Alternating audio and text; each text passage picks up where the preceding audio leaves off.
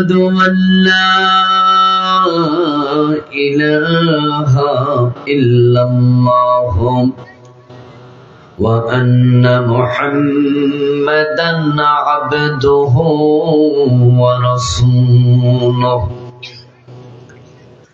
أما بعد فقد قال الله تعالى في كلامه المجيد أعوذ بالله من الشيطان الرجيم بسم الله الرحمن الرحيم قد أفلح المؤمنون الذين هم في صلاتهم خاشعون والذين هم عن اللغو معرضون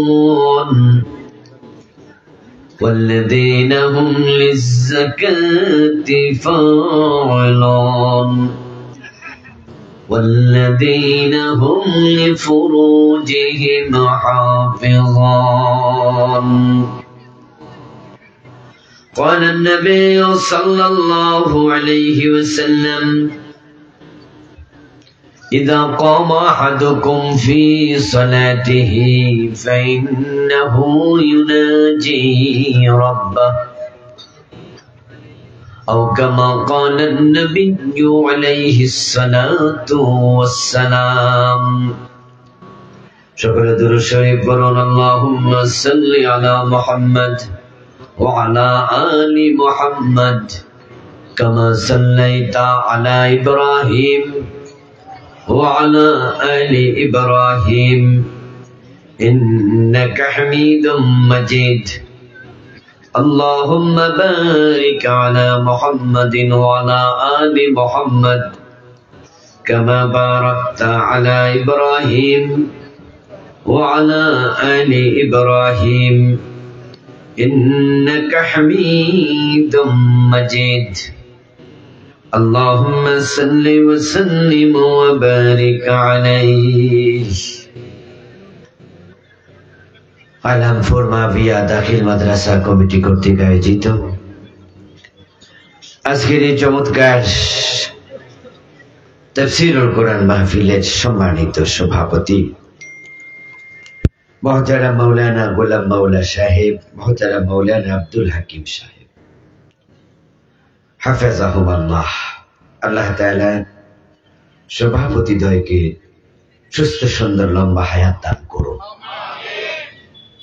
সম্মানিত প্রধান মেহমান বখতার মুন্সি শেখ শহীদুল ইসলাম ডিগ্রি কলেজের সম্মানিত সভাপতি, বিশিষ্ট শিক্ষাবিদ ও রাজনীতিবিদ জননেতা জনাব ডক্টর মোহাম্মদ নিজামুদ্দিন, আল্লাহ তাআলা ভাইকে দ্বীনের জন্য কবুল করুন। আলোচনা উপস্থাপন করেছেন নন্দিত মুফাসসির কোরআন, বিশিষ্ট ইসলামী চিন্তাবিদ মুহতারাম মাওলানা সাইফুল ইসলাম জিহাদি হাফেজাহুল্লাহ, মুহতারাম মাওলানা মুজিবুর রহমান সাহেব,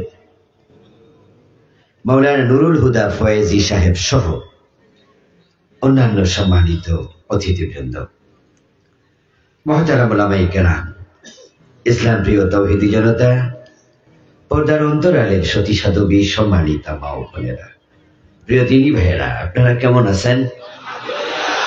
মাশাআল্লাহ, আলহামদুলিল্লাহ, আমিও ভালো আছি। আল্লাহ আমাদের ভালো রাখুন, সুস্থ রাখুন। যতদিন আল্লাহ বাঁচিয়ে রাখবেন সকলকে ঈমানের সাথে বাঁচিয়ে রাখুন। প্রিয় দিনী ভাইয়েরা, আমি আপনাদের সম্মুখে পবিত্র কোরআন মাজিদ থেকে সূরাতুল মুমিনুনের প্রথম 5টি আয়াতে কারিমা তেলাওয়াত করেছি।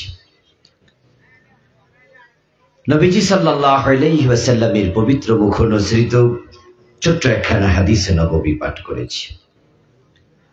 আল্লাহ তাআলা তৌফিক দান করলে এখান থেকে কিছু কথা বলবো ইনশাআল্লাহ।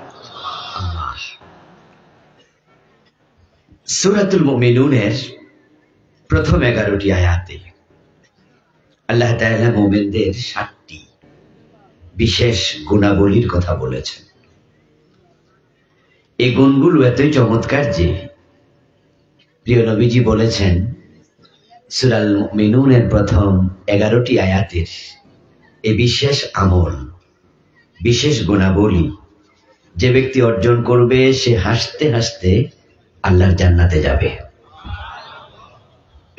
আমরা জান্নাতে যেতে চাই? হ্যাঁ, সেজন্যই তো এত আয়োজন।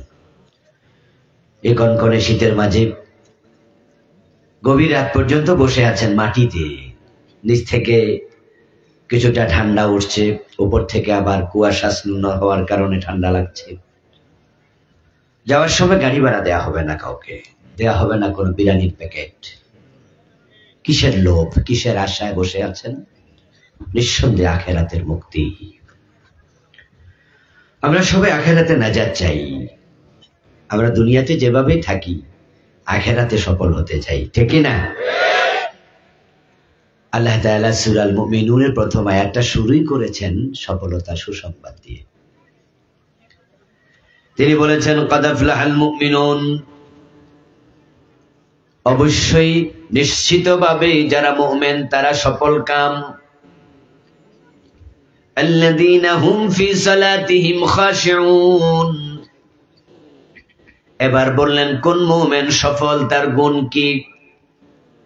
আলোচনা করতে থাকলেন গুণাবলীগুলো। বলতে বলতে 10 নম্বর আয়াতে বলেন উলাইকা হুমুল ওয়ারিসুন, এই গুণ যারা অর্জন করবে তারাই মালিক হবে। আল্লাযীনা ইয়ারিসুনাল ফিরদাউসা হুম ফিহা খালিদুন, কিসের মালিক হবে? এই গুণ যারা অর্জন করবে আল্লাহ নিজে বলেন তারা জান্নাতুল ফিরদাউসের মালিক হবে। সুবহানাল্লাহ। ফারুক আযম ওমর রাদিয়াল্লাহু তাআলা আনহু থেকে বর্ণিত হাদিস, তিনি বলেন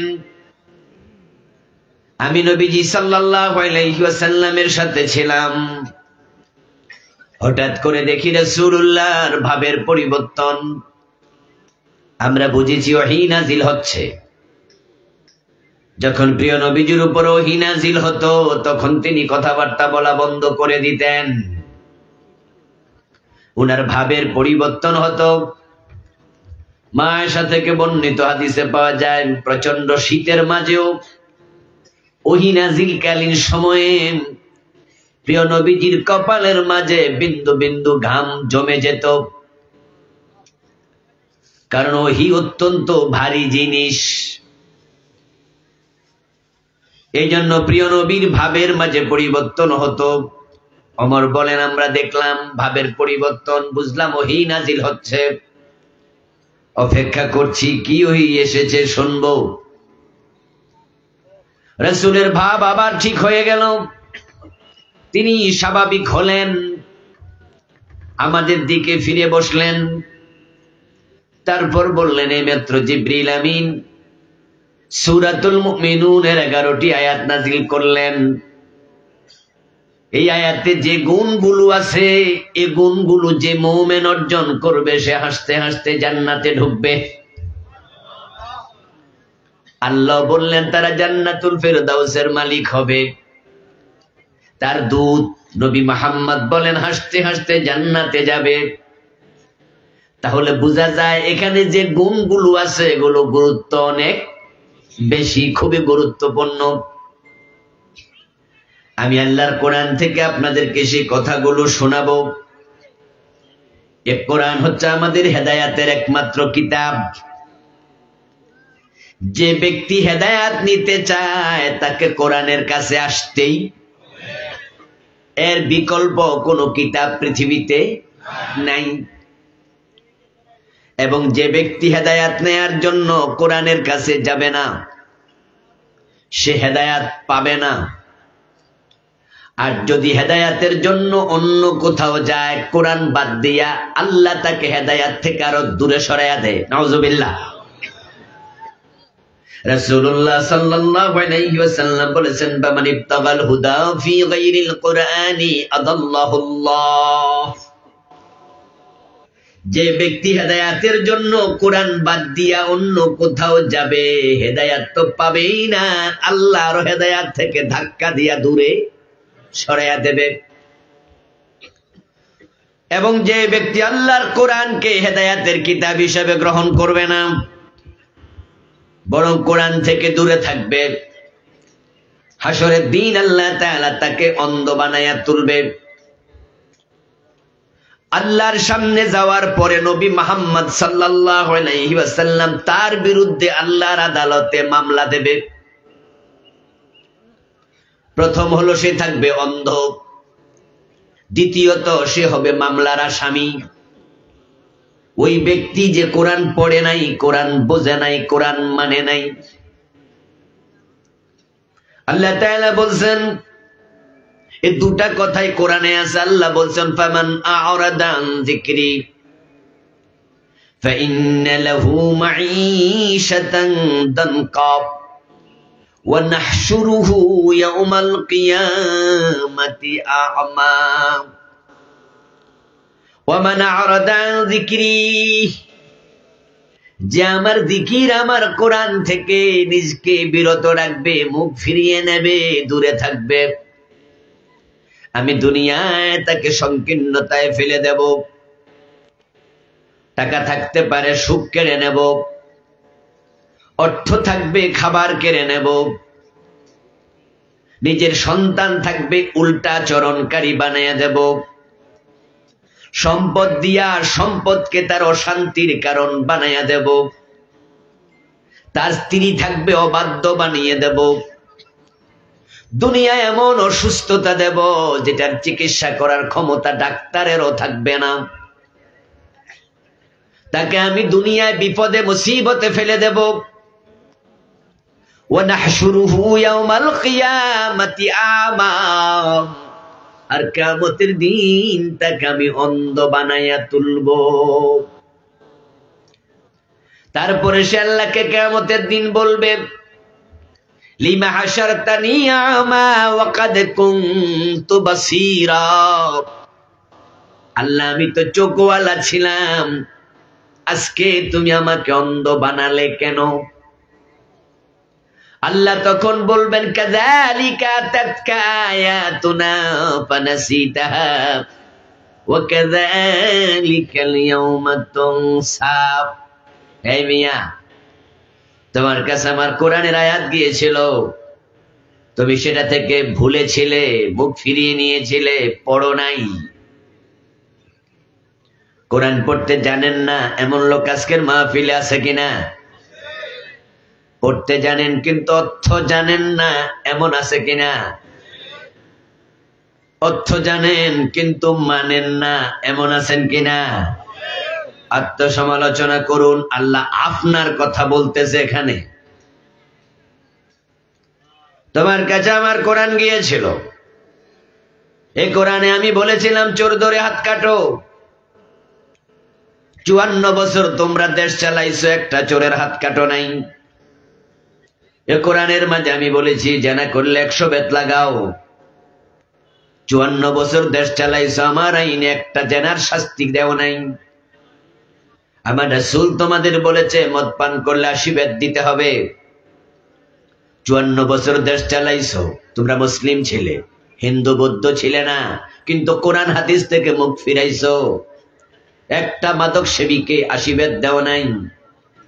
আমি কোরআনে বলছি ইনিল হুকমু ইল্লা লিল্লাহ, আল্লাহ ছাড়া কারো আইন মানা যাবে না। আমি কোরআনে বলেছি আলা লাহুল খালকু ওয়াল আমর, সাবধান, সৃষ্টি যার, আইন চলবে শুধুই তার। আমার আইনে বাংলাদেশ একদিন চালাও নাই। আমি কোরআনে বলেছি সুদ খেও না, ওয়াদারু মা বাকিয়া মিনার রিবা, সুদ ছেড়ে দাও, কিন্তু সুদ খাইছো। বলেছি লা তাকুলু আমওয়ালাকুম বাইনাকুম বিল বাতিল, অন্যায়ভাবে মানুষের সম্পদ ভক্ষণ করো না। ফাইল আটকায়া ঘোষ খাইছো। বলেছি আমি ওয়ালা তুকসিরুল মিজান, ওজনে কম দিও না, অথচ ওজনেও কম দিছো, মালেও ভেজাল দিছো।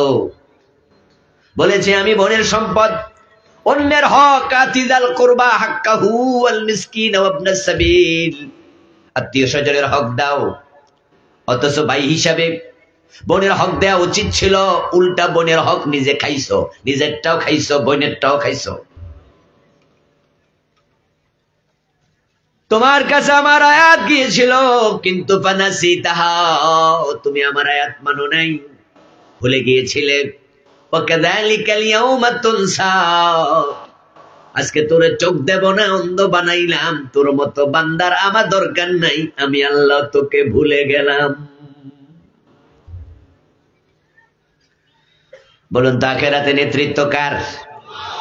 কর্তৃত্ব কার?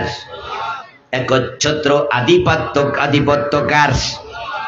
আল্লাহ মুখ ফিরে আনিলে কি উপায়?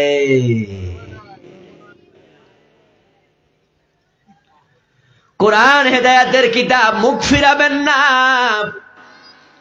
ও হতভাগা মুসলমান, এমন কিতাব পাইয়া তুমি এই কিতাব থেকে কেমনে বেখবর থাকো?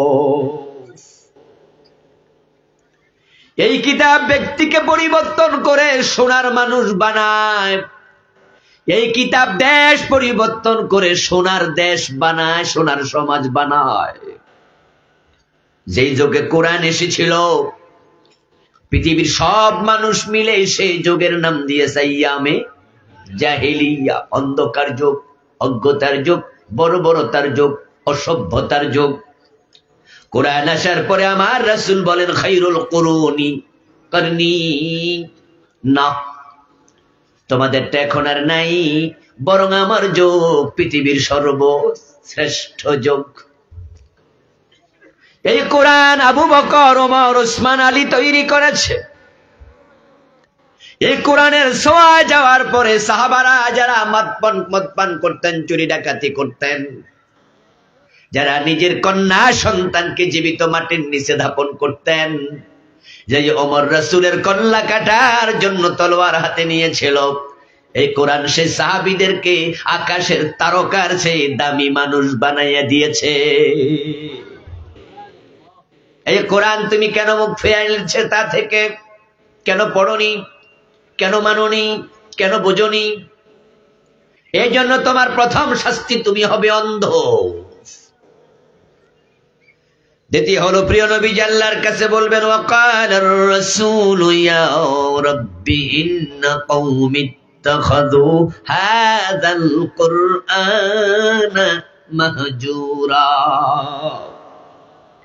হাশরের ময়দানে আমার রাসূল মুহাম্মদ সাল্লাল্লাহু আলাইহি ওয়াসাল্লাম আমার সামনে এসে বলবেন, ও আমার রব, আমার উম্মতের অমুক আমার রেখে আসা কোরআন তারা পরিত্যাগ করেছে, জীবনে সমাজে এটা গ্রহণ করে নাই, আমি মামলা দিলাম, তুমি বিচার করো। আমার সামনে যারা আছেন, হাশরের ময়দানে রাসূলের সুপারিশের আশা আমাদের আছে না নাই? নিজের আমল দিয়ে যথেষ্ট মুক্তি পাবেন না সুপারিশ লাগবে? রাসূল যদি মামলা দেয় সুপারিশ করবে কে?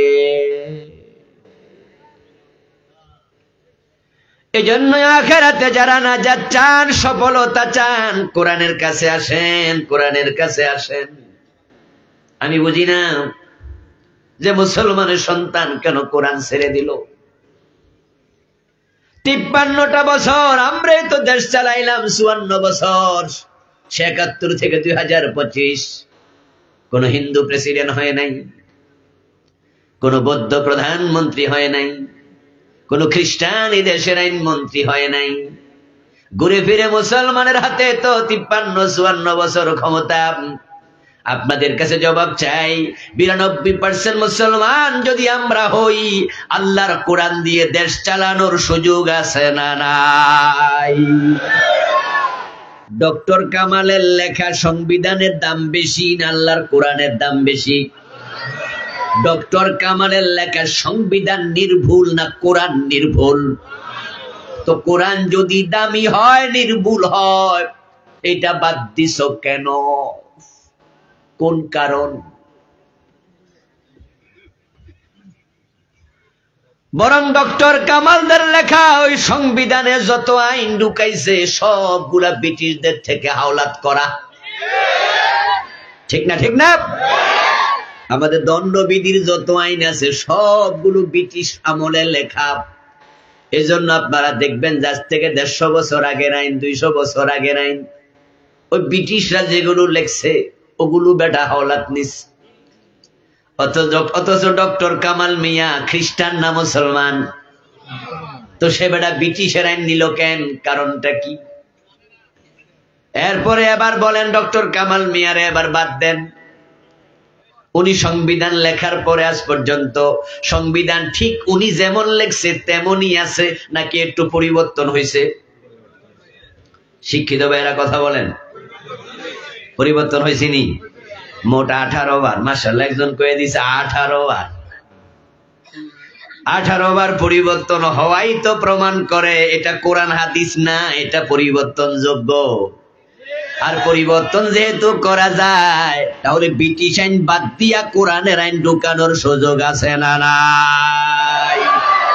কিন্তু 53 বছরে তারা কেন ঢুকাইল না আমি এটা বুঝলামই না।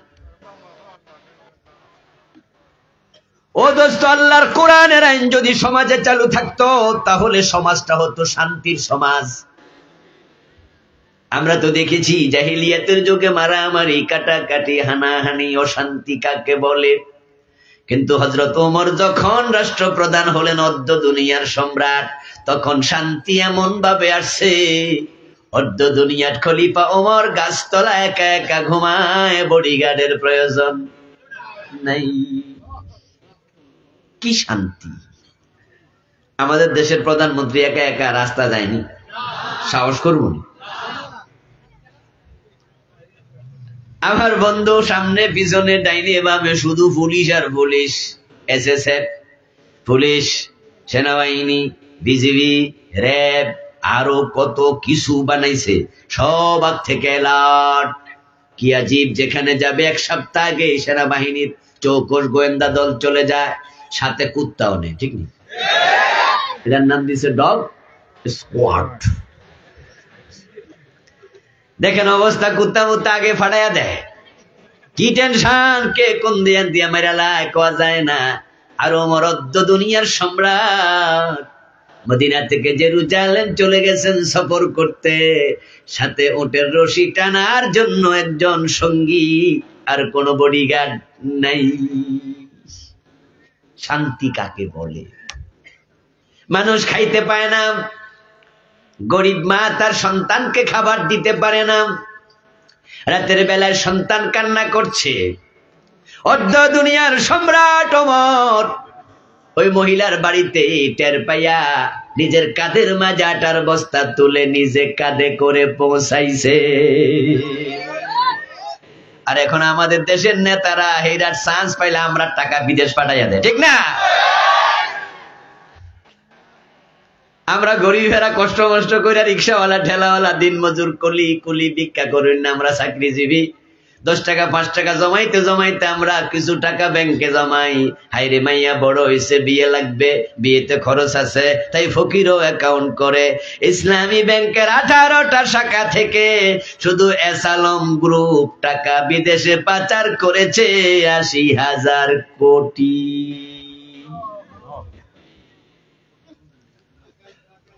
এবং আমাদের প্রধানমন্ত্রী সাবেক, উনি বলছেন উনার বাড়ির ফিয়ন কত কোটি টাকার মালিক? 400 কোটি। এটাকে আমরা কইছি না নেত্রী কইছে? তাহলে আমাদের প্রশ্ন হলো, যদি ফিয়ন 400 কোটি টাকার মালিক হয়, বাড়ির মালিক কত কোটি টাকার মালিক? আমার দোস্ত দেশটারে ফতুর বানাইয়া দিছে, তলাবিহীন জরি।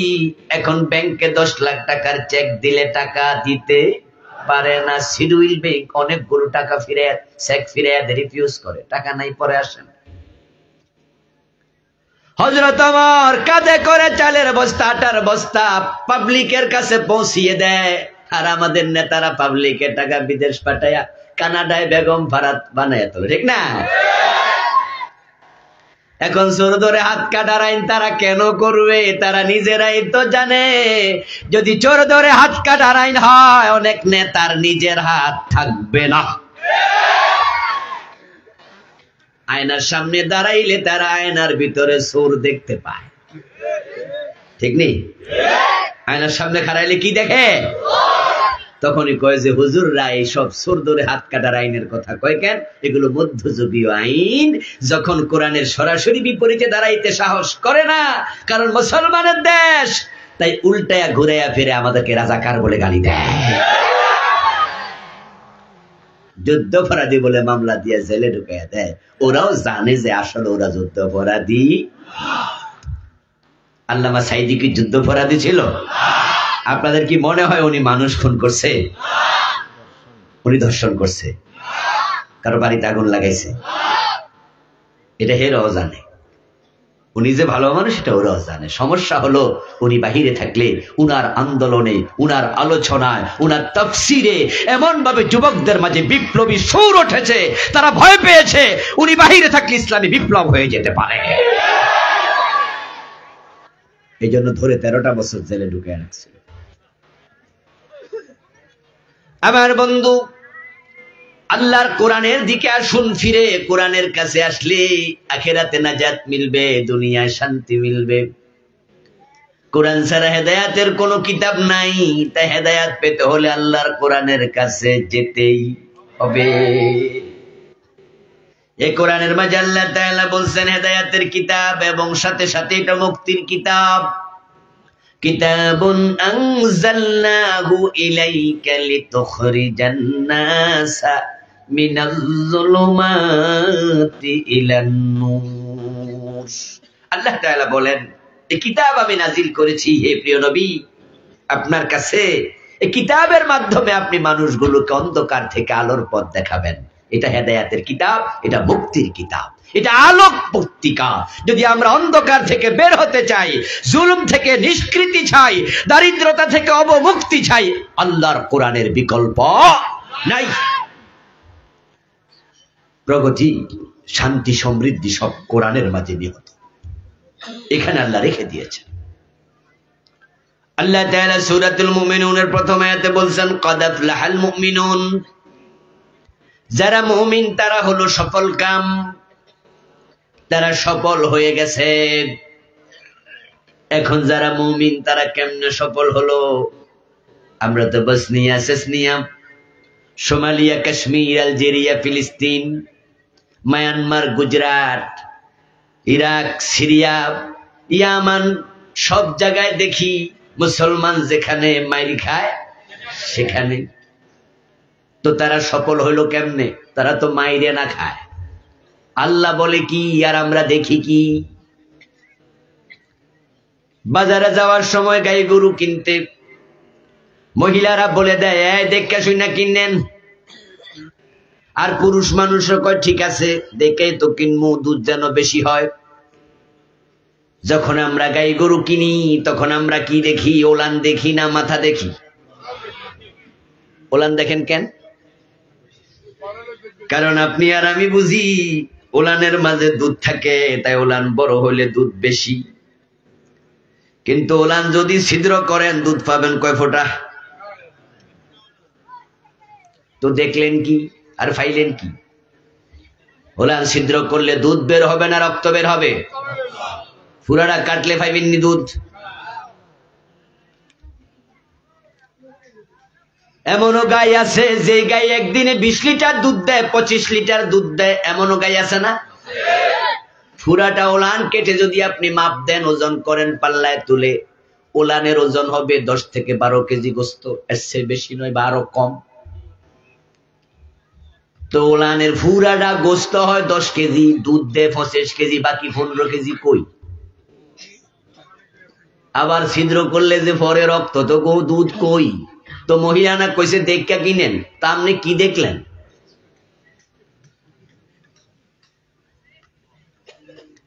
তাম দুনিয়ার সব যদি প্রাণী বিজ্ঞানী, চিকিৎসা বিজ্ঞানী সবাই একসাথ করে বলে দুধ কই থাকে বের করে দাও, মানুষ ভাবে ওলানে, কিন্তু আল্লাহ কয় ওলানে দুধ থাকেই না। সুবহানাল্লাহ পড়েন। আমাদের জানার মাঝে ভুল আছে। কাদ আফলাহাল মুমিনুন, আল্লাহ বলে মুমিন সফল, আর আমরা দিয়ে শুধু মাইরি খাই। আমরা দেখি মুমিনদেরকে ফাঁসি দেয়, বোমা দিয়া মাইরা ফেলে, বরং আমরা দেখি সফল হলো আমেরিকা, সফল হলো ইউরোপ, ওদের টাকা আছে, পয়সা আছে। আমরা দেখি ওলান বড় কিনা, বড় ওলানে দুধ বেশি, কিন্তু আল্লাহ কয় না না, ওলানে দুধ থাকে না। ইন্না লাকুম ফিল আনআমি লাইবরাতান নুসকিকুম মিম্মা ফি বুতুনিহি মিন বাইনি ফারসিন ওয়া দামিন লাবানান খালিসা সাইগান লিশ-শারিবিন। ও দুনিয়ার মানুষ শোনো, আমি তোমাদের জন্য পশুর মাঝে নিদর্শন রেখেছি, আমি আল্লাহর কুদরত রেখেছি। তোমাদেরকে যে দুধ আমি পান করাই, তা আমি পশুর পেটের ভিতর থেকে বের করি। মিম্মা ফি বুতুনিহি, বাতনুন পেট, বুতুন হলো বহুবচন। আল্লাহ বলে আমি পশুর পেটের ভিতর থেকে বের করি। তাহলে এখন থেকে গাই গরু কিনতে ফ্যাট দেখবেন, ঠিক না? পেট বেশি বড়, দুধ বেশি। পেট ছিদ্র করলে দুধ পাবেন তো? তো পেটের কোন জায়গায় দুধ? আল্লাহ এবার বলে মিম বাইনি ফারসিন, আমি পেটের ভিতরে গোবরের ভিতরে রাখছি। তাই আগামী কোরবানে গাই গরু জবাই করলে গোবর ফালাইয়েন না, গোবর ছাপ দিলে দুধ বেরিয়ে। এরপর আল্লাহ বলো আদামিন, শুধু গোবর না, আমি রক্তের ভিতরে দুধ রেখে দিয়েছি। نسقيكم مما في بطونه من بين فرث ودم لبنا خالصا, আমি রক্ত থেকে এবং গোবরের ভিতর থেকে নিরেট দুধ বের করে খাওয়াই। সুবহানাল্লাহ পড়েন সবাই। আপনি ভুল দেখেছেন, আমি ভুল দেখেছি। আমরা দেখেছি গোবর চাপ দিলে পানি বের হয়, কেমন কেমন একটা ময়লা পানি। আমার রব কয়, আমার আল্লাহ কয়ের ভিতরে দুধ আছে, ওটা দেখার ক্ষমতা তোমাদের চোখের নাই। আমরা কত কিছুই তো ভুল দেখি, কত কিছু তো দেখিও না। সব কিছু দেখার ক্ষমতা, জানার ক্ষমতা মানুষের নাই। এজন্য তো মানুষকে মুক্তির জন্য কোরআনের উপর নির্ভর করা লাগে। এই যে আমরা এখানে বসে আছি, এখানে অক্সিজেন আছে না নাই? বলেন বলেন, সবাই কথা বলেন, আছে? অক্সিজেন কে কে দেখছেন? হাত তোলা দেন। দেখছেন? তাহলে সবকিছু দেখার ক্ষমতা আমাদের নাই। যারা নাস্তিক হয় হেরা বলে যে আল্লাহরে দেখি না, আল্লাহরে মানি না। ওরা ব্যাককল, সবকিছু দেখা যায়? সব দেখা যায় না, সব দেখা যায় না। ইউমিনুনা বিল গায়ব, এই জন্য যারা মুমিন তারা না দেখে বিশ্বাস করে, ঠিক কি না? ইয়েস, মুমিন সফল, আল্লাহর কথাই সত্য। এখন আমরা যারা আছি আজকের পৃথিবীতে, আমরা তো সফলতা কাকে বলে সেটাই অনেকে বুঝি না। আমরা মনে করি যে ব্যক্তি মাসে 5 লাখ টাকা কামায় সে হলো সফল ব্যক্তি। যে ব্যক্তি পিএইচডি হোল্ডার, সব ক্লাসে first class, first second third হয়েছে, একবারে ভালো রেজাল্ট করতে করতে ইউনিভার্সিটির টিচার হয়ে গেছে, এখন পিএইচডি টিএইচডি কইরা কয় যে আমি সফল শিক্ষিত মানুষ। আর যে এমপি মন্ত্রী হইয়া যায় কয় রাজনৈতিক ভাবে সফল। কেউ মনে করি ক্ষমতার নাম সফলতা, কেউ মনে করি টাকার নাম সফলতা, কেউ মনে করি সার্টিফিকেটের নাম সফলতা। আল্লাহ বলে না না, আসহাবুল জান্নাতি হুমুল ফাইজুন, জান্নাত পাওয়ার নাম হলো সফলতা। আসহাবুল জান্নাহ হুমুল ফাইজুন, শুধু জান্নাতীরা সফল। 1000 কোটি টাকা আছে, আপনি জান্নাতি না। পয়সা আছে, আপনি সফল না। আপনি প্রেসিডেন্ট, আপনি প্রধানমন্ত্রী, পৃথিবীর অনেক দামি দেশের, বড় দেশের, কিন্তু জান্নাতীর তালিকায় নাম নাই, আপনি ব্যর্থ, আপনি সফল না।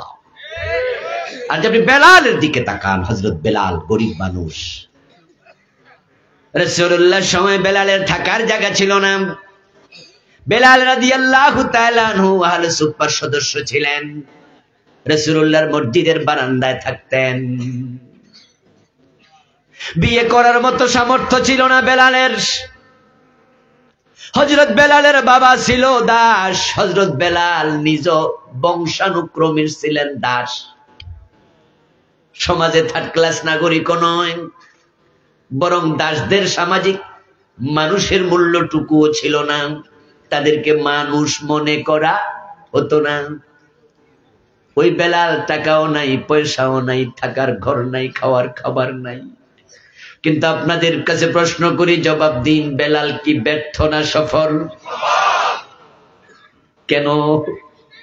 আবার রাসূল মেরাজ থেকে ফিরে এসে বলেছেন, বেলাল আমি মেরাজের রাতে জান্নাতে ঢুকেছি, আমার আগে আগে তোমার পায়ের শব্দ শুনেছি। বেলাল আল্লাহর জান্নাতি মানুষ, খুব সফল মানুষ। আমরা বেলালের নাম শুনলেই ভালোবাসায় মনটা ভরে ওঠে। যদি সেই কালো বেলালকে আজকে আমরা সোনাগাজী বাজারে পেতাম, আপনাদের ডাক বাংলা বাজারের মোড়ে বেলাল আজকে আসতো, আমরা পাগলের মতো দৌড়াতাম, ওই কালো বেলালকে কান্দে তুলে আমরা নাচতাম। আমাদের গায়ের জামা খুলে বেলালের পা মুছে দিতাম, বেলালকে জড়াইয়া ধরে কপালে হাতে চুমু খেতাম। ও প্রিয় ভাই, বেলালকে এক নজর দেখার জন্য আমরা পাগল হয়ে যেতাম। কিন্তু যদি ফেরাউনের লাশটা আমরা পাই কোন খোলা মাঠে, আমরা জড়াইয়া ধরে চুমু খাবো না স্যান্ডেল দিয়ে পিটাবো? তো বেলাল তো গরিব, ফেরাউন তো ছিল প্রেসিডেন্ট। আসলে ক্ষমতার নাম সফলতা না। কারুন পৃথিবীর সবচেয়ে ধনী মানুষ, কিন্তু আজকের পৃথিবীতে কারুন নামে একজন মানুষকে নাম পাবেন না। এই নামটাও গালি। কেউ কাউকে কারুন বললে সে মনে করে আমাকে কৃপণ বলা হয়েছে, গালি দেয়া হয়েছে। এজন্য হযরত ওমর বলেছেন, মানে ইতাজ্জা বিমাকানিহি ফালিয়ানজুর ইলা ফিরাউন ওয়া মান ইতাজ্জা বিমালিহি ফালিয়ানজুর ইলা কারুন ওয়া মান ইতাজ্জা বিনাসাবিহি ফালিয়ানজুর ইলা আবি লাহাব ইন্নামাল ইজ্জাতু বিত্তাকওয়া। হযরত ওমর বলেন, তোমরা যারা ক্ষমতা পাইয়া ভাবো তুমি মেম্বার, তুমি চেয়ারম্যান, তুমি এমপি, তুমি মন্ত্রী, তুমি অন্য অন্য মানুষের চেয়ে তুমি সফল মানুষ, আমি ওমর বলবো তাহলে ফেরাউনের দিকে তাকাও। ক্ষমতা ছিল কিন্তু ফেরাউন সফল মানুষ। বরং আজকের পৃথিবীতেও তার লাশটা এখনো আছে। আল্লাহ তাকে ৩১০০ বছর পানির মাঝে বাসায়া রাখছে, পানিতে পচে নাই, গলে নাই, হাঙ্গর তিমি তাকে খায় নাই। কেন রেখে দিয়েছে? আল্লাহ নিজে কোরআনে বলেছেন, আলিয়াউমা নুনাজ্জিকা বিবাদানিক লিতাকুনা লিমান খালফাকা আয়া। ও ফেরাউন, তোকে পানিতে ডুবালাম, চুবাইয়া মারলাম, কিন্তু তোর লাশ আমি রেখে দেব যেন পরবর্তী প্রজন্মের জন্য তুই একটা নিদর্শন হতে পারিস। মানুষ যেন তোকে দেখে শিক্ষা নেয়, বুঝতে পারে ক্ষমতার সাথে সফলতার সম্পর্ক নাই। ফেরাউন সফল হলে আল্লাহ পানিতে চুবাতো না, গজব দিয়া মারতো না। এতে বোঝা যায় যারা প্রেসিডেন্ট, যারা মন্ত্রী, তারাই সফল, এ কথা বলার কোনো সুযোগ নেই। হযরত ওমর বলে, যারা পয়সাওয়ালা আছো তারা তো মনে মনে মাঝে মাঝে ভাবো, আমার অধীনে কতজন চাকরি করে, লাখ লাখ টাকা বেতন দেই, আমার ফ্যাক্টরিতে ৫০০,০০০ কর্মচারী, ১০,০০০ কর্মচারী, কত লোক আমারে দেখলে স্যার স্যার বলে বসা থেকে দাঁড়ায় যায়। জানো তুমি আমার কয়টা গাড়ি আছে, কয়টা বাড়ি আছে? ভাবসাব কি? পয়সাওয়ালা মানে তুমি সফল, নিজেকে ভাবো। ওমর বলে, তাহলে কারুনের দিকে তাকাও। কারুনের সম্পদের ব্যাপারে আল্লাহ নিজে সূরাতুল কাসাসে বলেন, ওয়া আতাইনাহু মিনাল কুনুজ নিউজ, আমি কারুনকে গুপ্তদণ্ডের ভান্ডারগুলো খুলে দিয়েছি। কি পরিমাণ সম্পদ তার ছিল! আল্লাহ তাআলা সূরাতুল কাসাসে পবিত্র কোরআনের মাঝে বলেন, তার ধনাগারের চাবি বহন করার জন্য একদল লোকের প্রয়োজন হতো। চাবির ভারে যাদের গর্দান নুয়ে যেত, কিন্তু সে কারুনকে আল্লাহ সব সম্পদ সহ মাটির নিচে ধসায়া দিছেন। আজ থেকে 7-8 বছর আগে আমিও গিয়েছিলাম মিশরে এগুলো দেখার জন্য।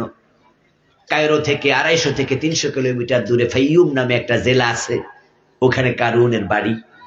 প্রাইভেট কার নিয়ে ঘুরতে গেছিলাম, দেখেছি সেখানে বিশাল জলাশয়, সমুদ্র, নামে বুহাইরায়ে কারুন, কারুনের উপসাগর, সবটা পানিতে ভরা, ময়লা পানি, নর্দমার মতো পানিতে দুর্গন্ধ। ওখানে আল্লাহ তার সম্পদ সহ তাকে মাটির নিচে ধসাইয়া দিছে, কিয়ামত পর্যন্ত নিচের দিকে যেতেই থাকবে। তার সম্পদ তাকে দুনিয়াতেও বাঁচাতে পারে নাই, আখিরাতেও বাঁচাতে পারবে না। সফলতা কিসে? কোনটা সফলতা? টাকাও না, ক্ষমতাও না। ওমর বলেন সফলতার নাম হলো ঈমান, সফলতার নাম হলো তাকওয়া। কারণ যার ঈমান আছে, তাকওয়া আছে, তার জন্য জান্নাত আছে।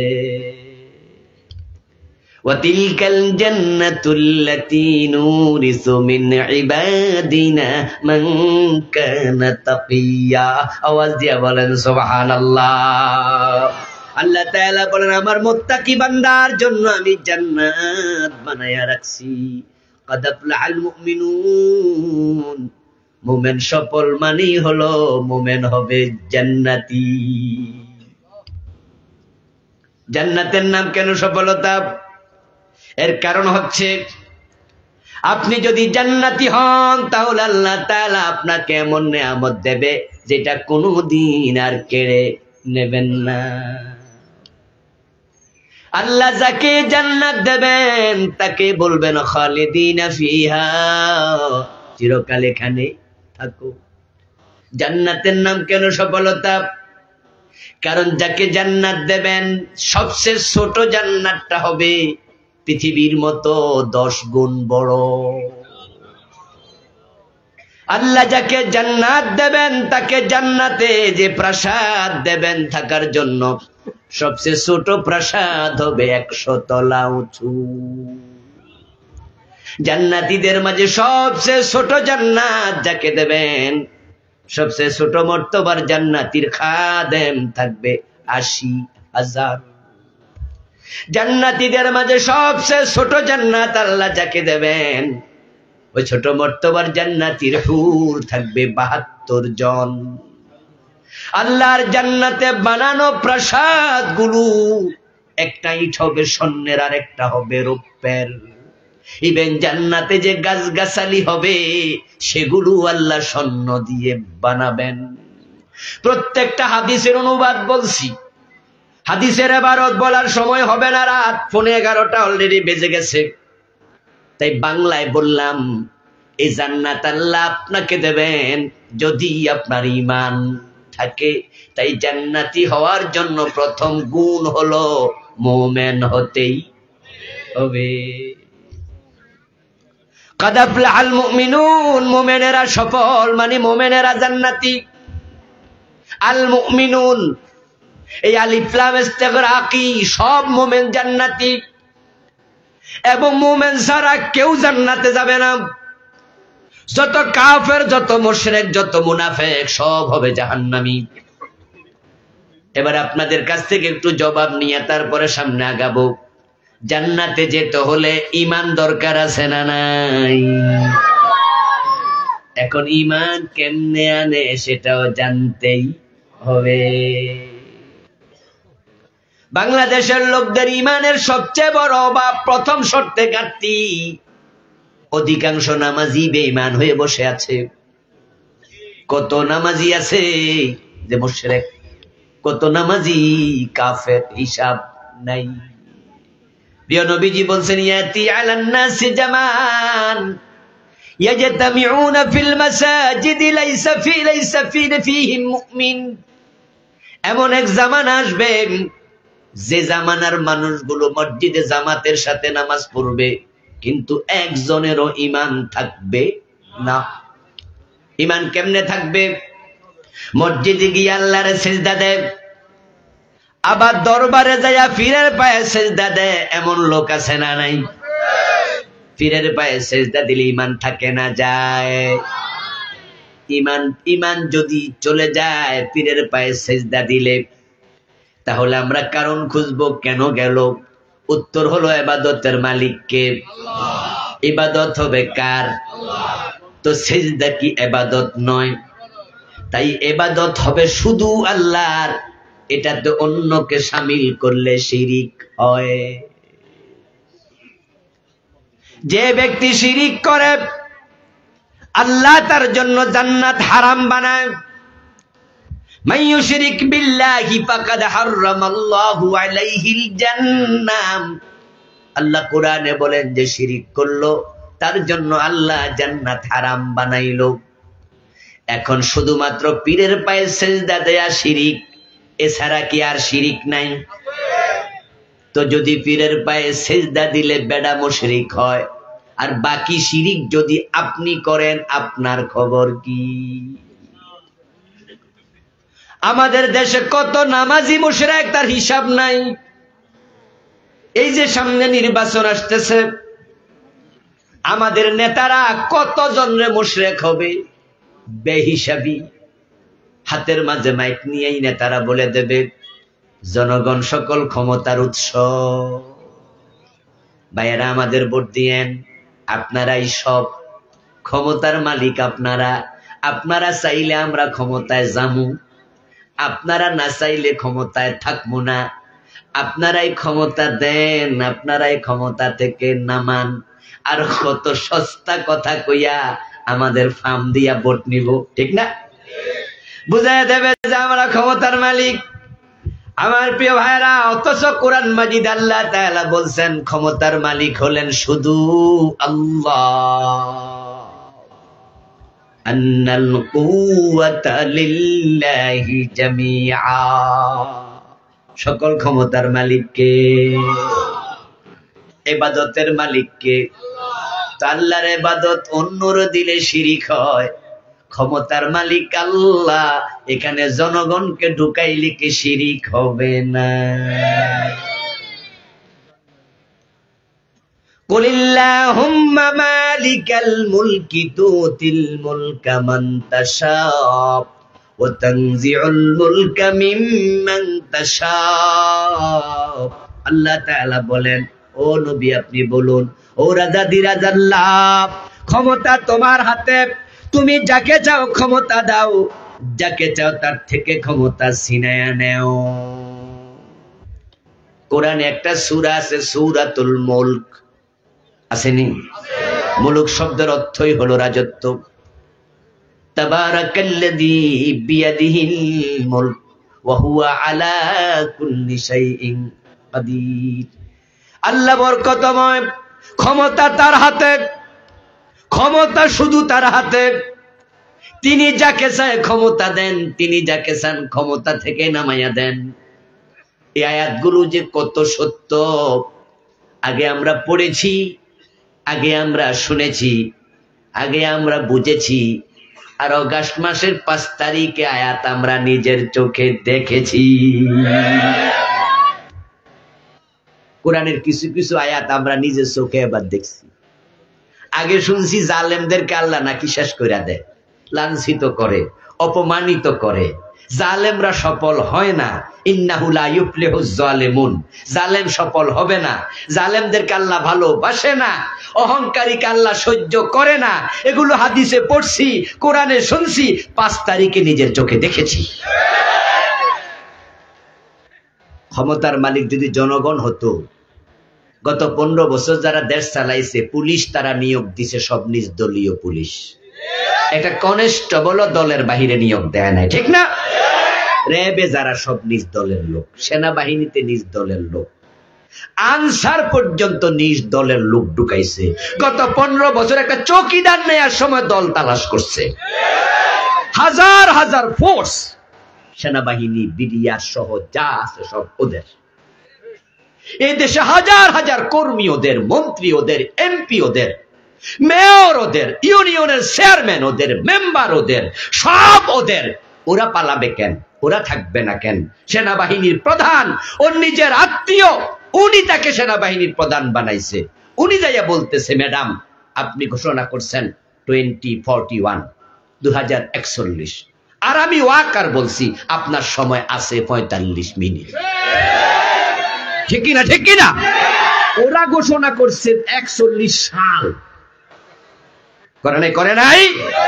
আল্লাহ বলে না, এসব চলবে না, অনেক হয়েছে, এবার সর। ক্ষমতার মালিক জনগণ না, ক্ষমতার মালিক আল্লাহ। তাই হাজার হাজার কর্মী থাকার পরে, পুলিশ সেনাবাহিনী থাকার পরেও এমন ভাবে পালাইছে। আল্লাহ যে জালেমদেরকে বেজ্জতি করে এটা আমরা দেখেছি। রান্না করা খাবার খাইয়া পালাতে পারে নাই, ঠিক না? দুপুরে খাওয়ার জন্য সকালবেলা রান্না হয় নাই, রান্নলো কে আর খাইলো কেনা? পরে ফলাফান যে খায় তো খায়, আবার এটা ফেসবুকে দেখে, আপনারা দেখেন নাই? এবং নিজের যে আলমারির কাপড় চোপড় আছে এটি নেয়ার সময়টাও পায় নাই, এক কাপড়ে পালিয়ে গেল। পরবর্তী পোলাপান যায় আলমারি ব্যাঙ্গা কাপড় বাইর কইরা কে কোনটা নিতেছে ভাগ কইরা এগুলো লাইভে আবার দেখায়। এমন কাপড়ও দেখাইছে যেটির নাম কোয়া যায় না। বুড়া মানুষের কাপড় কি করছে আল্লাহ জানে। আমার দোস্ত, এবং এমন ভাবে পালাইছে আল্লাহ যে বলে আমি জালেমদেরকে সহ্য করি না, সফলতা দেই না, বেজ্জতি করি, অহংকারীদেরকে আমি পছন্দ করি না। কথার মাঝে কি অহংকার, কেমনে কথা বলতো, মনে হয় যেন জমিনের মালিক তারা আর আমরা হয়ে গেছি ভাড়াটিয়া। কি অবস্থা! কিন্তু আল্লাহ তাআলা এমন ভাবে বেজ্জতি করছে। আমেরিকা বলে নো এন্ট্রেস, আমার দেশে আসা যাবে না, বলে নাই? আমেরিকা বলছে এসো না আমার দেশে। ব্রিটেন বলে এসো না। অথচ সজীব ওয়াজের জয় আমেরিকার নাগরিক তার মাকে বলছে আসবা না। তার বোনের মেয়ে টিউলিপ, লন্ডনে তিনি মন্ত্রী ছিলেন, যদিও 3-4 দিন আগে তার মন্ত্রিত্ব আবার ক্যান্সেল হয়ে গেছে, পদত্যাগ করেছেন। ওই দেশ বলছে আসবা না। পৃথিবীর কোন দেশ ভিসা দেয় না, ভিসা যা ছিল ক্যান্সেল করে দিয়েছে। ইন্ডিয়া যদি জায়গা না দিত, বলানোর জন্য ইঁদুরের গর্ত খুঁজে পেত না। আল্লামা সাইদি বলে নাই অবস্থা এমন হয়েছে, আল্লাহ এমন বেজ্জতি করছে, পৃথিবীর কেউ জায়গা দেয় না। আচ্ছা, আপনারা আমার এখানে যারা আছেন উপস্থিত, বলুন তো প্রিয় ভাইয়েরা, আমরা যদি ওমরা করার জন্য সৌদি আরবের ভিসা চাই, সৌদি আরব ভিসা দিব না?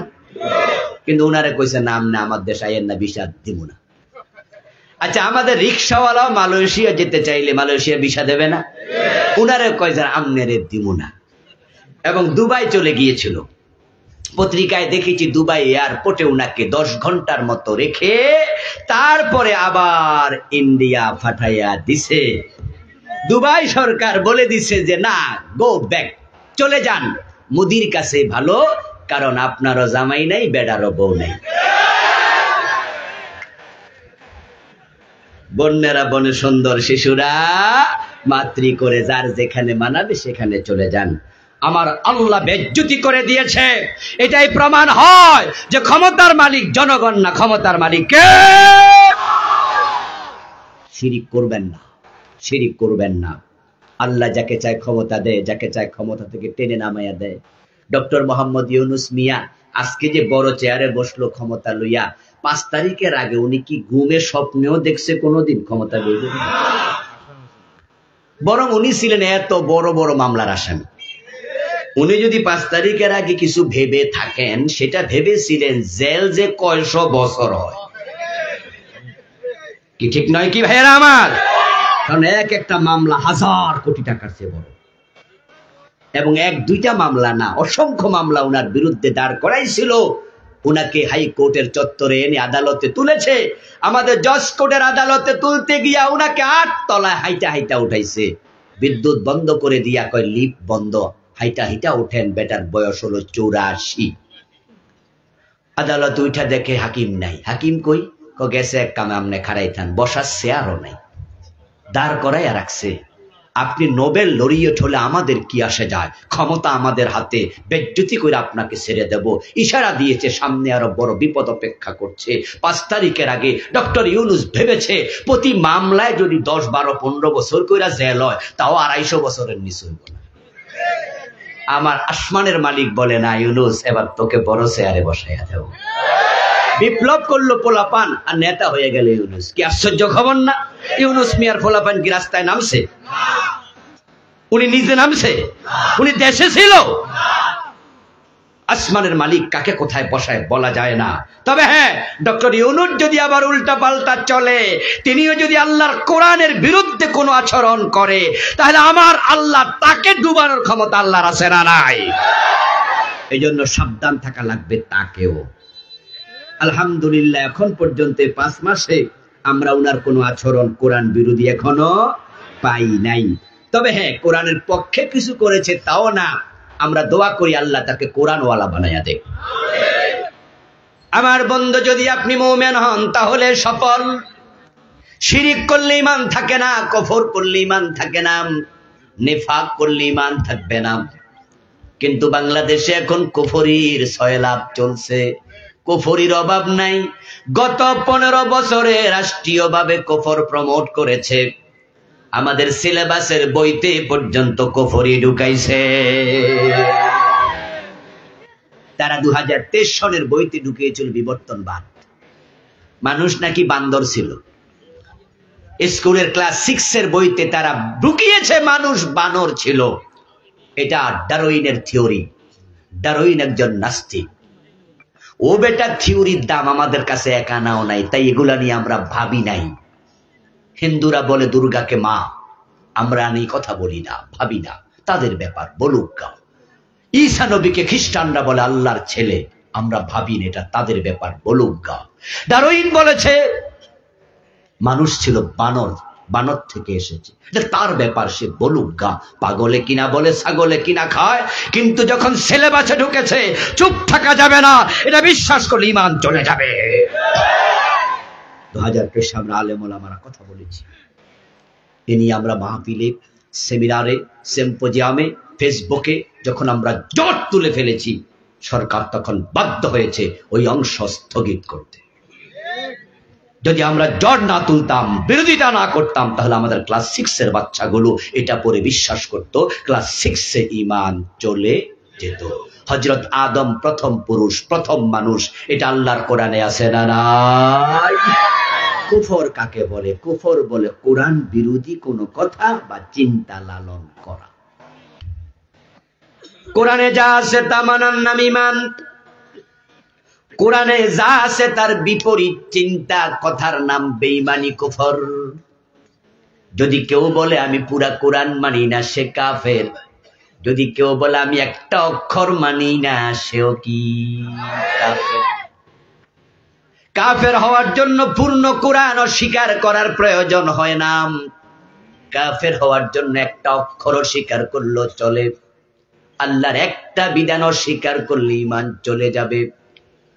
আপনারা কাদিয়ানির নাম শুনেছেন? কি রে ভাই, এত কম লোকে শুনেছেন? সবাই বলেন শুনেছেন? বলুন তো, কাদিয়ানি কি মোমেন না কাফের?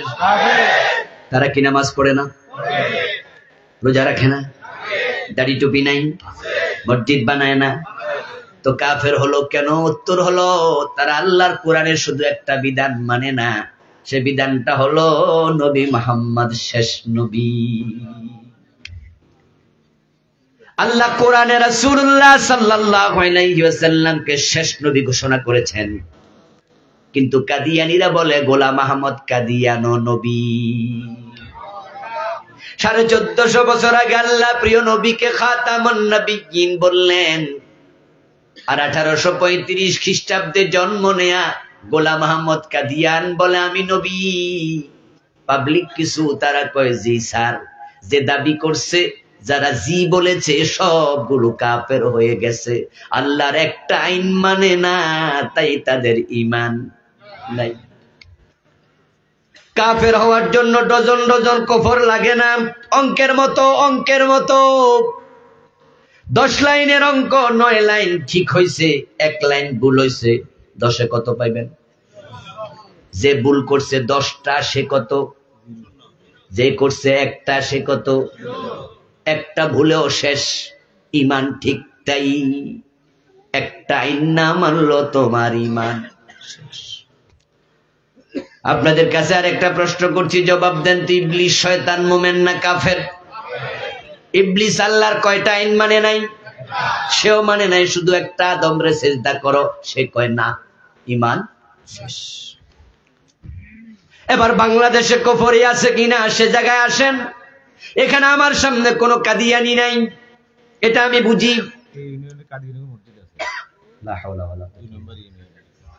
এই এলাকায় নাকি আছে? আশা করছি এখানে নাই, না থাকাই ভালো। যদি কেউ থাকেন তাহলে আপনাকে বিনয়ের সাথে বলবো, ভাবুন, আমি কোনো কাদিয়ানিকে আঘাত দেওয়ার জন্য কথাগুলা বলি না, বোঝানোর জন্য বলছি। তাই যদি কোনো কাদিয়ানি ভাই এখানে থাকে, আমি তার কাছেও সরি বলবে, কারণে তিনি যদি কষ্ট পান। তুমিও আমার ভাই, তোমার বাবাও আদম, তোমার মাও হাওয়া, আমরা এক মা বাবার সন্তান, ঠিক কিনা? ও কাদিয়ানি ভাই, তোমাকে আঘাত দিতে বলছি না। এবার আসেন আমি আমার কথায় ফিরে আসি। কাদিয়ানি কেন কাফের হলো? কারণ তারা রাসূলুল্লাহকে শেষ নবী মানলো না, বেঈমান হয়ে গেল। এখানে আশা করছি কাদিয়ানি নাই, এখানে আশা করছি পীরের পায়ে সিজদা দানকারী নাই, এখানে ইবলিস শয়তান তো আমরা কেউ না, আমরা শয়তান থেকে আল্লাহর কাছে আশ্রয় চাই। কিন্তু কাদিয়ানি কাফের হলো একটা আইন মানে না, ইবলিস শয়তান কাফের হলো শুধু আদমরে সিজদা দিতে চাইলো না। এবার চোর ধরে হাত কাটো, 53 বছর মানলেন না। ডাকাত ধরে শুলে দাও, 53 বছর মানলেন না। জেনা করলে 100 বেত লাগাও, বিবাহিত হলে পাথর মারো, 53-54 বছর মানলেন না। মদ পান করলে 80 বাদ দাও, 54 বছর মানলেন না। যে জমিন যার আইন চলবে শুধু তার। রাসূল তো 10 বছর কোরআন দিয়া মদিনা চালাইছে, আমরা বাংলাদেশ একটা দিনও চালালাম না। শয়তান মানে না একটা, আমরা মানি নাই কয়টা?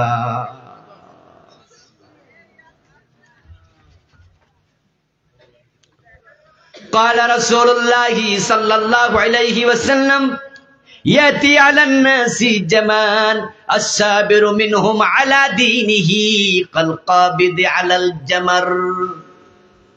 প্রিয় নবীজি বলছেন, এমন একটা জামানা উম্মত আসতেছে, এমন একটা সময় উম্মত আসতেছে, যে সময় ইমানের উপরে, দ্বীনের উপরে টিকে থাকা হাতের মাঝে অঙ্গার রাখার মতো কঠিন হবে। এমন একটা সময় আমরা পার করতেছি, কোরআনের পক্ষে কথা বলা পর্যন্ত কঠিন। 5 তারিখের পরে বুক ফুলায় কথা বলা যায়, কিন্তু গত 15 বছর শুধু কোরআনের পক্ষে জিহাদের কথা বলাতেও জেল খাটা লাগছে। কত ইমামের চাকরি চলে গেছে, কত হুজুরকে জেলে দেয়া হয়েছে। আল্লামা জুনায়েদ বাবু নগরী রহমতুল্লাহ আলাইহির মতো বুড়া আলেমকে তারা রিমান্ডে নিয়া পিটাইয়া 2টা হাঁটু হুজুরের অসল করে দিছে। মামুনুল হক ভাইকে বউ দিয়া ধর্ষণের মামলা করাইছে। আমাদের আমির হামজা ভাইকে 3টা বছর জেল খাটাইছে, কোনো দোষ নাই, কোনো দোষ নাই। আমার মুফতি আমির হামজা ভাই বড় সহজ সরল মানুষ, যদিও মাইকের সামনে আসলে উনি খুব শক্ত কথা বলে। ব্যক্তিগতভাবে তাকে আমি খুব কাছ থেকে চিনি। একবারে সরল সাদা মাথা মানুষ, বাচ্চা মানুষের মতো সরল। এই লোকটাকে 3টা বছর তো জেল খাটাইলই। যেদিন প্রথম ধরে নেয়, ভাইটা বললেন 10 না 11 ঘন্টা 2 হাত বেঁধে এভাবে দাঁড় করাইয়া রাখছে। আপনারা একটু বাড়িতে গিয়ে প্র্যাকটিস করবেন, নিজে নিজে একটু 2 হাত তুলে ওয়ালের সাথে খাড়ায় থাকবেন যে কত মিনিট পারেন। দেখবেন যে 5-7 মিনিট পরে পারবেন না। 10 নাকি 11 ঘন্টা এভাবে বাইন্দা রাখছে। একজন নিরীহ আলেম, নির্দোষ আলেম, অপরাধ কি? অপরাধ হলো কে নাকি তলোয়ার লইয়া আমাদের সংসদ ভবন ভাঙতে গেছিল। কি লইয়া? এই যে তলোয়ার দিয়া সংসদ ভবন কোপ মারলে ভেঙে যাবো, ঠিক না? পাগলের মাথা খারাপ হয়েছে। কি? কার মাথা খারাপ হয়েছে? তলোয়ার দিয়া নাকি সংসদ ভাঙতে গেছে ঘোড়ায় চড়ে। ওখানে ওরে অ্যারেস্ট করছে, করার পরে তার মোবাইলের মাঝে আমির হামজা ভাইয়ের ওয়াজ পাইছে, এজন্য আমির হামজা আসামি আছে। মোবাইলের ভিতরে শাহরুখ খানের ছবি সিনেমা আছে না নাই? বাংলাদেশের আলমগীরের সিনেমা আছে না নাই? এই জন্য কি নায়ক আলমগীরে ধরন যাব? শাহরুখ খান ইন্ডিয়াতে অ্যারেস্ট করা যাব? আশ্চর্য তো, আমার মোবাইলের মাঝে কত জনের ছবি থাকতে পারে, এই জন্য বেডারা দায়ী হবে। তারা 10টাকে মগের মূল্যক বানাইছিল। সবার চোখের পানি এক জায়গায় জমা হয়েছে, তো আল্লাহর গজব পড়ছে। এমন গজব তো পড়ার কথা ছিল না। যারা স্বাধীনতার সবচেয়ে দায়িত্ব পালনকারী দল, এই দেশে যাদের এত জনশক্তি, ওরা এরকম 300 জন এমপি একসাথে পলাই যাব, এবং দেশের মাঝে নাম নেয়ার মতো কেউ নাই। কত বড় বড় মূর্তি বানাইছিল, গলায় রশি লাগাইয়া টাইন্না মারি ফালাইছে। কেউকে দেখলাম মাথার মাঝে উঠে প্রস্রাব করে দিতেছে। এর চেয়ে বেশি বেজ্জতি আর আল্লাহ কেমনে করত? হ্যাঁ বন্ধু, সত্য বলা কঠিন ছিল। আলহামদুলিল্লাহ, এর মাঝেও আল্লাহর কিছু বান্দা ছিল যারা আল্লাহর মাইকের সামনে এসে কোরআনের হক কথা বলতে দ্বিধা করে নাই। আপনি কুফরি করবেন, ঈমান শেষ। আল্লাহর কোরআনের আইনগুলো আজকে সমাজে নাই। নামাজে আছে, সমাজে নাই। মসজিদে আছে, আদালতে নাই। কিছু মানবা, কিছু মানবা না। সুবিধাবাদ জিন্দাবাদে মোমেন হওয়া যায় না। এই জন্য কুফর থেকে ফিরে আসতে হবে। ঈমান নিয়ে মরতে চাইলে শিরক ছেড়ে দিতে হবে। ওয়াল্লাযীনা হুম ফি সালাতিহিম খাশিউন। দ্বিতীয় গুণ হলো যারা নামাজে হবে খুব বিনয়ী। সফল মোমেন তারা নামাজের মাঝে খুশু খুদুওয়ালা। যারা খুশু খুদু হচ্ছে, নামাজ হবে আল্লাহর দিদারের মতো, নামাজ হবে মনোযোগ দিয়ে, নামাজ হবে আল্লাহর সাথে কথোপকথনের মাধ্যম, নামাজ হবে আল্লাহর দিদার। নামাজ এমন ভাবে পড়বে, নামাজে দাঁড়ালে দুনিয়া ভুলে যাবে, নামাজে দাঁড়ালে প্রশান্তি পাবে। আমার রাসূল নামাজ পড়তেন, 2 পা ফুলে মোটা হয়ে যেত। এমন রুকু দিতেন, সেজদার কথা যেন ভুলে যেতেন। এত লম্বা সেজদা, মা আয়েশা বলেন মাঝে মাঝে আমি ভাবতাম তিনি সেজদায় ইন্তেকাল করেছেন। আর আমাদের নামাজে রূহ হারিয়ে গেল। নামাজে দাঁড়িয়ে তাড়াহুড়া, রুকু দিয়ে সোজা হয়ে দাঁড়ায় না, 2 সেজদার মাঝখানে বসে না, মনে হয় যেন মুরগি খাবার খাচ্ছে, টুকটুক করে সেজদা দিচ্ছে। এমন কোরআন তেলাওয়াত করছে যার গতি বিমানের চেয়ে বেশি। আশ্চর্য হয়ে যায় নামাজি যখন পাশে দাঁড়িয়ে নামাজ পড়ছে সুন্নাহ, আমিও পড়ছি, দেখি সূরা ফাতিহা অর্ধেক পড়ার আগে ওনার 1 রাকাত শেষ, 2য় রাকাত শুরু। অবাক হয়ে যাই, এই নামাজ, এই গতি। রমাদান সামনে আসছে, এই রমাদানে তারাবির নামে তামাশা শুরু হবে। বাংলাদেশের 50% বেশি মসজিদে এমন কেরাত পড়ে যে কেরাতের শব্দ পর্যন্ত বুঝা। কি পড়ছে ইমামও বোঝে না, মুসল্লিও বোঝে না। শুধু শেষ দিকে জালিমিন কইয়া টান মারলে মুসল্লি বোঝে রুকুতে যাওয়ার শুরু হয়েছে। এই জন্য গ্রামের কিছু কিছু মসজিদে দেখবেন যে হুজুর যখন কেরাত পড়ে পোলাপান মোবাইল টিপে বইয়া বইয়া, কেউ কেউ আছে বারান্দা গল্প করে, শুধু জালিমিনের টানের অপেক্ষা করে। যখন শেষ দিকে টান ফুরবে এবার দৌড় মার, তাই আল্লাহু আকবার। এমন দেখা যায় না? হুজুর এমন গতি, বাবারে বাবা, ভ্রমরের গুঞ্জরণ ছাড়া কিছু বোঝা যায় না। আশ্চর্য, আশ্চর্য। অথচ তুমি কার সামনে দাঁড়িয়েছো তুমি ভুলে গেছো, তুমি আরশের মালিকের সামনে দণ্ডায়মান। তুমি কার সাথে তাড়াহুড়ো করছো? قال رسول الله صلى الله عليه وسلم إذا قام أحدكم في صلاته فإنه يناجي ربه। নবীজি বলেন, বান্দা যখন নামাজে দাঁড়ায় সে তার রবের সাথে কথা শুরু করে। সহিহ মুসলিম আসছে কি কথা শুরু করে এবার শুনুন। قال رسول الله صلى الله عليه وسلم إذا قال العبد الحمد لله رب العالمين يقول الله عز وجل حمدني عبدي। বান্দা যখন পড়ে আলহামদুলিল্লাহি রাব্বিল আলামিন, আল্লাহ তাআলা আয়াতের জবাব দিয়ে আরশ থেকে কথা বলে, ও ফেরেশতারা শোনো, সাক্ষী থাকো, আমার বান্দা আমার প্রশংসা শুরু করেছে।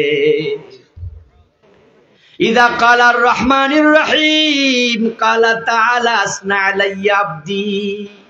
ইযা ক্বালা মালিক ইয়াউমিদ্দিন ক্বালা তাআলা মাজ্জাদানি আবদি। ইযা ক্বালা ইয়্যাকা না'বুদু ওয়া ইয়্যাকা নাস্তাঈন ক্বালা তাআলা হাযা লিআবদি ওয়া লিআবদি মা সাআল। বান্দা এক আয়াত পড়ে, আল্লাহ একটা জবাব দেয়, এভাবে নামাজ আগায়, আল্লাহ বান্দার কথোপকথন চলে। কিন্তু আমাদের ইমাম সাহেব তারাবিতে এক নিঃশ্বাসে 7 আয়াত শেষ। আল্লাহ কইব কোন জায়গা দিয়া, ফাঁকে তো নাই, ঠিক না? আল্লাহ যে জবাব দিব ফাঁকে তো দেয় না, হে শুধু একতরফা কইয়া যায়। আশ্চর্য। আর আমরা কি ইমাম সাহেবের দোষ দিলাম? ইমাম সাহেবের দোষ একা না, কারণ মসজিদের সভাপতি কয়ে দিছে হুজুর জোরে মারেন, ছক্কা ফিরান হুজুর, ঠিক না? হুজুরে টাইম বাইন্ধা দেয়, হুজুর এতক্ষণের ভিতরে শেষ করলে আমরা খুশি। যদি হুজুর পারে 20 রাকাত 18 মিনিটে, তাহলে তো একখান হুজুর পাইছি। সেক্রেটারি সভাপতির কানে কানে কয়, হুজুর রে দুধ রোজ কইরা খাওয়ান, কালকে যেন 15 মিনিটে পারে। আর ধীরে সুস্থে পড়লে মন খারাপ করে। আপনারা কি করেন? হুজুরের সুন্দর কেরাত, হুজুরের সুন্দর খুশু খুদুস সালাত, হুজুর বিরতি দিয়া সুন্দর করে পড়ে। রাসূলুল্লাহর কেরাত ছিল আলহামদুলিল্লাহি রাব্বিল আলামিন ওয়াকাফা, আর রহমানির রহিম সুম্মা ওয়াকাফা, মালিকি ইয়াউমিদ্দিন সুম্মা ওয়াকাফা। প্রিয় নবী সাল্লাল্লাহু আলাইহি সাল্লাম প্রতি আয়াত পড়ে তিনি থামতেন। হুজুর সুন্দর করে পড়ছে, 4 রাকাতের পরে আপনারা কানাকানি করেন, দূর হুজুরটা আলসিয়া, হুজুরের কোনো মনে কাম কাজ নাই। আমাদের ব্যস্ততা আছে না? 8 রাকাতের পরে বের হয়ে যান, অর্ধেক দেখা যায় মসজিদে 3 কাতারের জায়গায় 1.5 কাতার আছে, বাকি 1.5 কাতার নাই। 10 কাতার হলে 5 কাতার আছে, 5 কাতার নাই। সভাপতি সাহেব নামাজের পরে হুজুরের কয়, হুজুর যেমনে পড়ছেন ভালো, তবে হুজুর শেষে কিন্তু বেতন কম হইলে আমার দোষ নাই। মানে ইশারা দিয়া দেয় আর কি, মুসল্লি না থাকলে বেতন দিব কেডা? হুজুর মনে মনে ভাবে, কথা তো ঠিক, আমার পেট আছে, পিঠ আছে, বউ আছে, পরিবার আছে, আমার পোলা পান্ডে ঈদের সময় নতুন কোত্তা জামা কাপড় কিনে দেয়া লাগবো না, তো বেতন না পাইলে কোত্থেকে দিমু? তাই হুজুরও পরের দিন এমন গতি দিছে, কেউ বুঝুক আর না বুঝুক, যা তোরাও শেষ আমিও শেষ। আল্লাহু আকবার। এই নামাজ আল্লাহ তোমাদের চেহারার মাঝে ফিকে মেরে দেবে। কার সামনে দাঁড়িয়েছো দোস্ত? তুমি কি জানো না কার সামনে খাড়াইছো? যার সামনে জিবরিল আমিন পর্যন্ত সোজা হয়ে খাড়াই থাকে, কথা বলে না অনুমতি ছাড়া। যিনি কিয়ামতের দিন প্রকাশিত হলে আল্লাহর নবীরা পর্যন্ত কথা বলবে না, ইয়া নফসি করতে থাকে। দুনিয়ার সেরা নবী মুহাম্মদ সাল্লাল্লাহু আলাইহি সাল্লাম পর্যন্ত বলছিল, আখিরু লাহু সাজিদা, কথা আমিও বলবো না, আমি সিজদায় পড়ে যাব। আর তুমি তার সামনে দাঁড়িয়ে ফাজলামি শুরু করছো, কিসের কেরাত পড়ছো? আপনাদের এলাকায় চেয়ারম্যান আছে, মেম্বার আছে, আছে না? আপনার কোনো প্রয়োজন আপনি চেয়ারম্যানের বাড়ি গেলেন, উনার অফিসে গেলেন। চেয়ারম্যানের অফিসে যাওয়ার পরে আপনি অফিসে ঢুকলেন, আর ঢুকে বলতেছেন, চেয়ারম্যান সাহেব আসসালামু আলাইকুম ওয়া রাহমাতুল্লাহি ওয়া বারাকাতুহু, আমার একটা জরুরি কাজ আছে, সে কাজের জন্য আপনার কাছে এসেছিলাম, মনোযোগ দিয়ে শুনতে থাকুন, প্রবলেমটা হলো আমার এই। চেয়ারম্যান কবে, কি রে পাগল হইলো কবে? বলবে না? বলবে না যে বেটা আইসে দরজা ধাক্কা মাইরা কি শুরু করছে সব? চেয়ারম্যান সাহেব বলবে যে, এই ভাই আপনি থামেন না, তা আপনি এরকম শুরু করছেন কেন? আপনি এবার জবাব দিলেন যে আমার খুব ব্যস্ততা আছে তাই। চেয়ারম্যান সাহেব বলবে, আপনি ব্যস্ত হলে আসলেন কেন? আপনারে কি জোর করে আনছি? যেহেতু আপনার প্রয়োজনে আপনি আমার অফিসে এসেছেন, আপনাকে ধীরস্থির ভাবে বসতে হবে, তারপর আমি শুনতে চাইবো, আপনাকে বলতে হবে, যখন আমি বলতে চাইবো আমাকে বলতেও দিতে হবে। আর সময় নাই, বেরিয়ে যাও, তোমার মতো লোক দরকার নাই। এবার বিবেক সম্পন্ন আল্লাহর বান্দার আপনারা বলুন তো, মসজিদে কি আল্লাহ টাইনা নিয়েছেন, আপনি গেছেন? কথা কয় না কেন? আল্লাহ জোর করে আনিছে? তো আল্লাহর ঘরে আপনি গেলেন, আল্লাহর সাথে কিসের তাড়াহুড়া? কিসের তাড়াহুড়া? আল্লাহ বড় ধৈর্যশীল, এই জন্য তিনি আমাদেরকে আছাড় মারে না, আমাদেরকে গলায় ধাক্কা দেয় না ফেরেশতা দিয়া, কারণ তার নাম সাব্বার, তিনি বড় ধৈর্যশীল। এই জন্য নামাজের মাঝে হবে খুশু, নামাজের মাঝে হবে খুদু। আমাদের নামাজ আমাদেরকে আল্লাহর কাছে যেন নেয়। কালা রাসূলুল্লাহ সাল্লাল্লাহু আলাইহি ওয়াসাল্লাম আকরাবু মা ইয়াকুনুল আবদু মির রাব্বিহি ওয়া হুয়া সাজিদ। নবীজি বলেন, বান্দা যখন সিজদায় যায় সে তার রবের খুব নিকটে চলে যায়। ফাকসিরুদ দুআ, সিজদায় গিয়ে মনের যত দোয়া আছে সব আল্লাহর কাছে বলো। আমরা যখন যাই মসজিদে, মসজিদ কার ঘর? সব বলেন না, কার ঘর? মসজিদ আল্লাহর ঘর। আমরা আল্লাহর ঘরে যাই, আল্লাহর বাড়িতে যাই। আল্লাহর ঘরে আল্লাহর বাড়িতে যাওয়ার পরে যখন সিজদা দেন তখন আল্লাহর বাড়িতে না, তখন চলে যান স্বয়ং আল্লাহর কাছে। আমরা আল্লাহর কাছে যাই। এবার সিজদায় গিয়ে আমি বলবো, আমার রব, আমার শরীরটা ভালো না, ডাক্তারের ওষুধে সারে না, তোমার কাছে আসছি, তুমি সুস্থ করে দাও। ওষুধ সারা সুস্থ করার ক্ষমতা তোমার আছে না নাই? আমি সিজদায় গিয়ে বলবো, আল্লাহ আমার মেয়েটা বড় হয়েছে, বিয়ে দিতে পারছি না। আল্লাহ আমার ছেলে বড় হয়েছে, চাকরি পাচ্ছে না। আল্লাহ আমার মা অসুস্থ, মা চিকিৎসা হচ্ছে না। আল্লাহ আমার এই সমস্যা, ও সমস্যা, তোমার কাছে এসেছি, তুমি সমাধান দাও। বলতে থাকো, বলতে থাকো, বলতে থাকো। আল্লাহ ঠিক চিহ্ন যদি দিয়ে দেয় সব সমাধান হয়ে যাবে, সব সমাধান হয়ে যাবে। তোমার নামাজ তোমার জান্নাতের ওসিলা হয়ে যাবে। ওয়াল্লাযীনা হুম আনিল লাগবি মুরিদুন, ৩ নাম্বার গুণ হলো যারা প্রয়োজনীয় কথা কাজ পরিত্যাগ করবে। ৪ নাম্বার হলো আল্লাযীনা হুম লিযাকাতি ফাইলুন, এবং যারা যথাযথভাবে যাকাত আদায় করবে। যাকাত দেওয়ার ক্ষেত্রে বাংলাদেশের লোক দারুণ গাফেল, অসংখ্য পয়সাওয়ালা যাকাত দেয় না।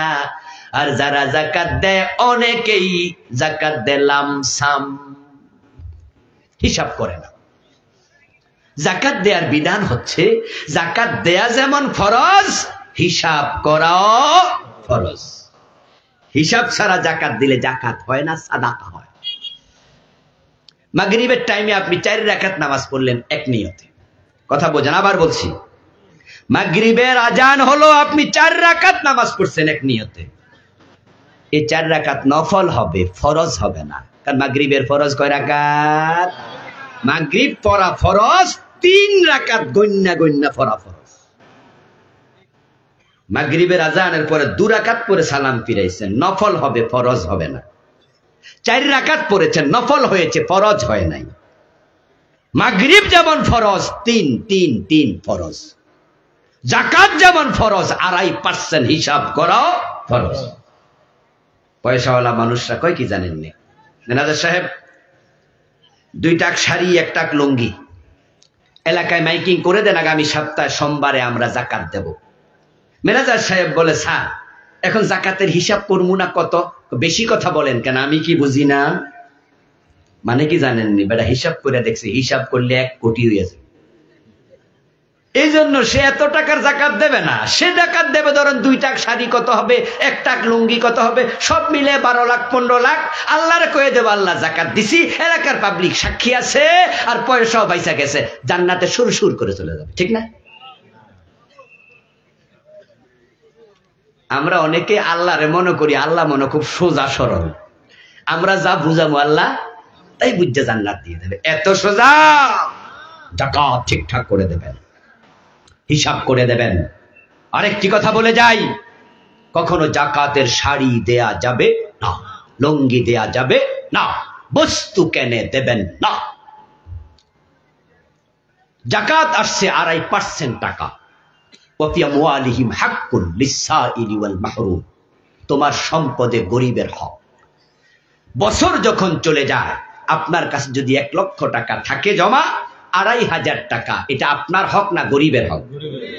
গরিব পাবে টাকা, কিন্তু আপনি টাকা না দিয়া তাকে লুঙ্গি কিনে দিলেন। সে কি আপনারে টেলিফোন করে কইছিল যে আমি বাজার চিনি না, আপনি লুঙ্গি কিনে দেন?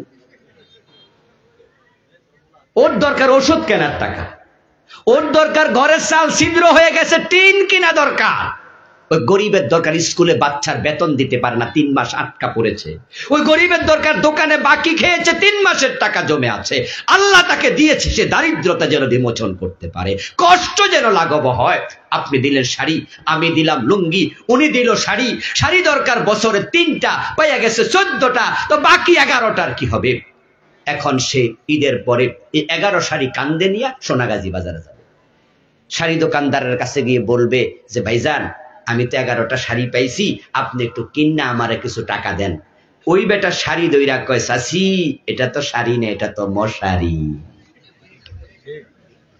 এটা তো নবাবপুর থেকে কিনছে, যেখানে লেখা আছে এই দোকানে জাকাতের শাড়ি বিক্রি হয়।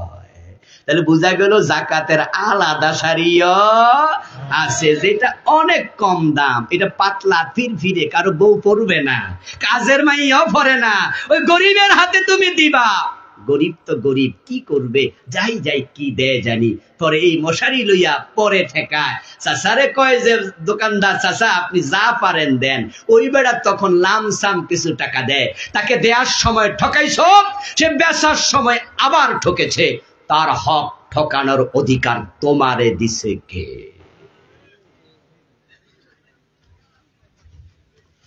আল্লাহর সাথে কত তামাশা করবেন। ওয়াল্লাযীনা হুম লিফুরুজিহিম হাফিজুন, আরেক গুণ হলো চরিত্রের হেফাজত করতে হবে।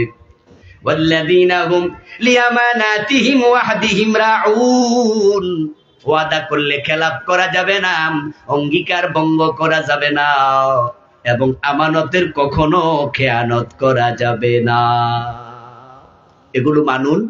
এই 7টা গুণ মানলে আল্লাহর জান্নাত পাওয়া যায়। আল্লাহ আমাদেরকে গুণাবলী অর্জনে তৌফিক দিন, সবাই বলি আমিন। প্রিয় ভাইয়েরা, আমরা সংক্ষেপে দোয়া করব। রাত অনেক হয়ে গেছে, 11:30। উঠবেন না প্লিজ, উঠবেন না প্লিজ। মাদ্রাসা দাখিল টাকা দরকার অনেক, মাত্র এমপিউ নন এমপিউর দিকে যাচ্ছে। আপনাদের সহযোগিতা বড়ই প্রয়োজন। ওনারা চেয়েছেন। বাহিরে কি কেউ আছে? আলহামদুলিল্লাহ, বাহিরে লোক